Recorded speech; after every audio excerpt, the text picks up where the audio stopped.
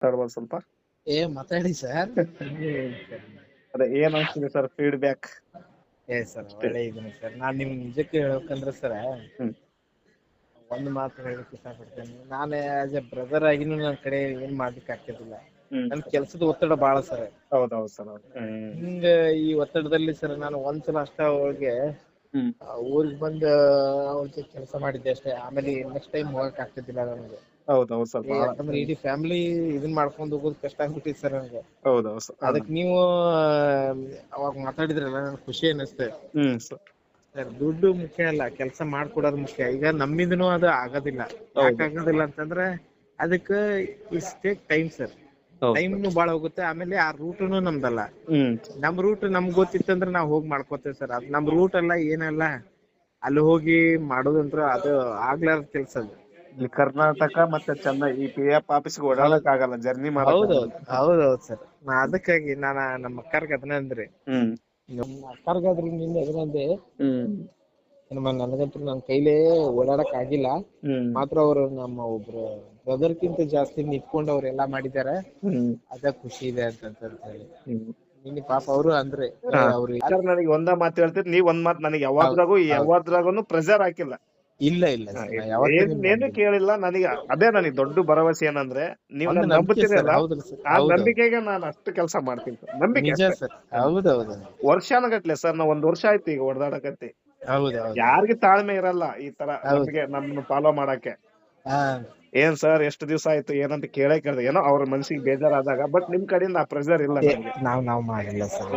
ಅದೇ ಒಂದು ಅವ್ರದ್ದು ಇದ್ರ ಟೈಮ್ನಾಗ ಸ್ವಲ್ಪ ಅಷ್ಟೇ ಒಂದ್ಸಲ ಏನೋ ಕೇಳಿದ್ದೆ ಸರ್. ಯಾವಾಗ ಸರ್ ಅವ್ರು ಬಂದಾಗ ಅದು ಒಂದು ಬಿಟ್ರೆ ನಾವ್ ಯಾವಾಗ ಕೇಳಿಲ್ಲ. ಮತ್ತ ಅದ್ ಸಾಲ್ವ್ ಆಯ್ತು ಸರ್. ಸಾಲ್ವ್ ಆದ್ಮೇಲೆ ಆದ್ರೆ ಈಗ ಕರೆಕ್ಟ್ ಟೈಮಿಗೆ ಬಂದಂಗ ಆಯ್ತು ಸರ್. ಅವ್ರು ಯಾರ್ಯಾರು ಕೊಟ್ಟಿದ್ರಲ್ಲ ಪಾಪ ಅವ್ರು ಕೊಡುವಂಗ ಬಿಡ್ತಲ್ಲ, ಅದೊಂದು ಆರಾಮ ಅನಿಸ್ತು ನಮ್ಗೆ. ಹೌದಲ್ಲ ಸರ್.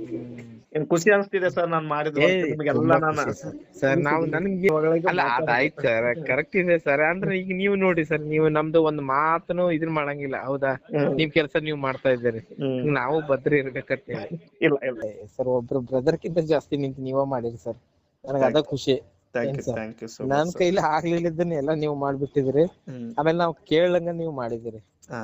ಹೌದು ಸರ್, ಅದು ಖುಷಿ. ಅದನ್ನ ಯಾವತ್ತಿಗೂ ಮರಕ್ ಆಗಲ್ಲ ಸರ್, ನಿಜಕ್ಕಂತದ್ದು. ಈಗ ನಿಮ್ ಮುಂದೆ ನಾವು ಫೋನ್ ನಲ್ಲಿ ಮುಖಸ್ತುತಿ ಅಲ್ಲ ಸರ್ ಇದು. ಯಾಕಂದ್ರೆ ನಮಗೂ ಗೊತ್ತಿದೆ ಸರ್, ಈಗ LIC ಇವು ಬರೀ LIC ದುಡ್ಡನ್ನ ತಗೋಬೇಕಂದ್ರೂ ಕೂಡ ಎಷ್ಟ್ ಸಲ ಅಲ್ದಾಡ್ಬೇಕು ಅನ್ನೋದು ಗೊತ್ತಿದೆ ನಮ್ಗೆ. ಅಂತಂದ್ರೆ ನಾವ್ ಕಟ್ಟಿದ್ ದುಡ್ಡು ಅಲ್ವಾ ಸರ್? ಅಂತದ್ರಲ್ಲಿ ಇಂಥ ದುಡ್ಡನ್ನ ಇವು ತರೋದು ಅಷ್ಟು ಈಸಿ ಅಲ್ಲ ಸರ್. 4,03,00 ಸಮಥಿಂಗ್ ಅಮೌಂಟ್ ಬರುತ್ತ 3 ಮೆಂಬರ್ ನಡುವೆ. ಬಟ್ ಅಕ್ಕರಿಗೆ 3,000 ಲೈಫ್ ಟೈಮ್ ಬರುತ್ತ. ಇದು ದೊಡ್ಡ ಅಮೌಂಟ್ ಸರ್. ಇವತ್ತಿಲ್ದ ನಾಳೆ ಏನೋ ಸಮಸ್ಯೆ ಬಂದಾಗ ಅನ್ಮೇಶ್ ಬ್ರದರ್ ಮಾಡಿಕೊಟ್ರು ಅಂತಾರಲ್ಲ, ನಮ್ದು ಅಲ್ಲೇ ಬಂದ್ಬಿಡುತ್ತಲ್ಲ. ಹೌದೌದು ಅದನ್ನ ಹೇಳ್ತೇನ್ರಿ.